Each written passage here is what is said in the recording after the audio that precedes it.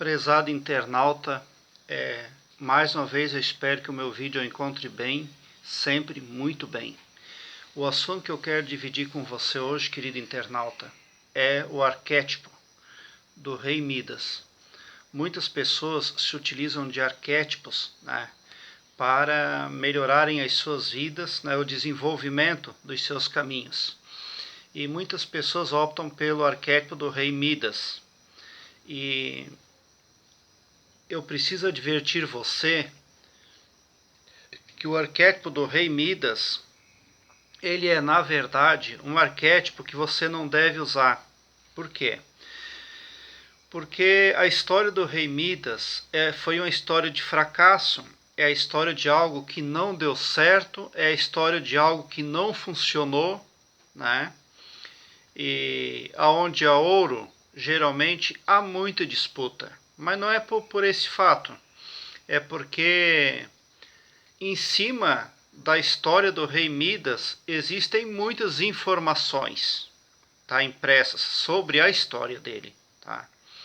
E são essas informações que nós não conseguimos ver com os nossos olhos, é que o nosso cérebro, a nossa psique, o nosso inconsciente trabalha, né, em parceria com os arquétipos. Mas a história do Rei Midas,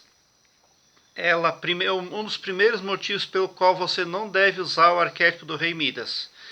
Ele era um rei que tudo que ele tocava virava ouro, né?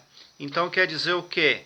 Se você for trabalhar com esse arquétipo, você vai sacrificar pessoas, tá? Porque se tudo que você toca vira ouro, fica difícil, né? E o outro motivo pelo qual você não deve usar é que o Rei Midas pediu para retirar, né, esse poder que ele ganhou. Primeiramente, ele queria isso. Ele queria ser atendido, né, ele queria ter esse poder. Mas depois ele viu que não foi bom. Imediatamente, né, já mudou de ideia e pediu lá para aquele deus lá, que essa é uma mitologia grega, tá? Mas como ela existe até hoje, é porque ela nos é importante. E porque não se trata de algo falso, tá? Não se trata de uma informação falsa para a humanidade, né?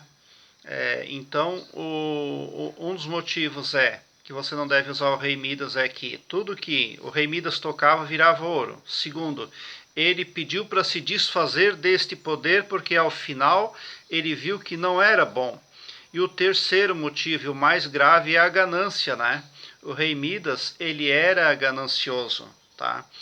Então, se você for trabalhar com o arquétipo do Rei Midas, com certeza você vai acabar sacrificando pessoas, com certeza pessoas inocentes, né? E você pode estar construindo para você uma dívida kármica para pagar, tá? Porque quando você altera a vida das outras pessoas com arquétipos, ou seja lá com qual for o meio, você acaba contraindo dívidas para si, tá? E essas dívidas kármicas muitas vezes somam-se anos e mais milhares de anos para poderem serem pagas. A pessoa reencarna, vai e volta, fiquei 1.000, 2.000 anos nesse planeta para pagar, né? Por quê? Porque quando você altera a vida dos outros, isso precisa dar muito certo para os outros. Mas se der errado, e geralmente dá errado, a intersecção nossa na vida de terceiros, com certeza se transforma numa coisa ruim para nós, tá? Porque alterar a vida dos outros, gente, é algo extremamente grave, porque tudo que dá de errado na vida dos outros vem para a gente pagar, é karma para a gente pagar, né? E tudo nessa vida, nessa existência, nessa consciência, no cosmos, tudo nos será cobrado, porque nós ganhamos muitos poderes, né? E o poder inclusive de trabalhar com arquétipos quando se precisa, tá? Agora o arquétipo do Rei Midas, eu sugiro a você internauta que não o utilize em nenhum momento, tá?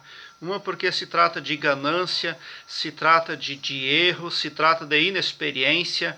Vê que sem nenhuma nenhuma análise profunda, né? O rei Midas fez esse pedido e teve esse pedido atendido, né? O Deus lá, a entidade que atendeu ele nesse quesito, também não pesquisou a fundo que se deveria ou não, e quer dizer que, na verdade, se você analisar bem a história do rei Midas, ela é algo que é negativo, tá?